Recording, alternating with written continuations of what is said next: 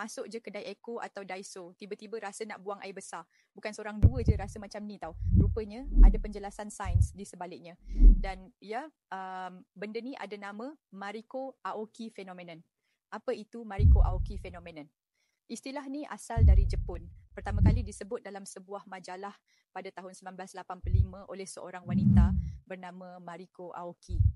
Dia perasan setiap kali masuk kedai buku, dia akan rasa nak berak secara tiba-tiba. Lama-lama, ramai orang lain mengaku benda sama dan fenomena ni pun mula dikenali dengan nama dia. Kenapa rasa nak berak dalam kedai Eko, Daiso atau buku?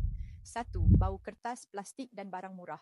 Kedai Eko dan Daiso banyak barang baru, plastik, buku, kertas.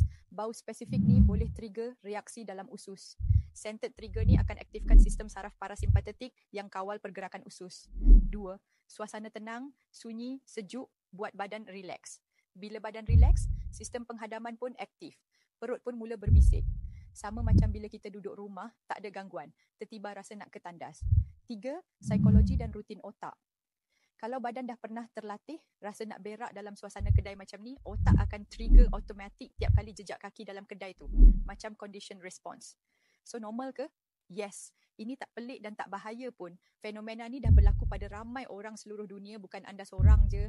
Tapi kalau rasa tu terlalu kerap sampai mengganggu, mungkin kena tengok juga sistem penghadaman kita.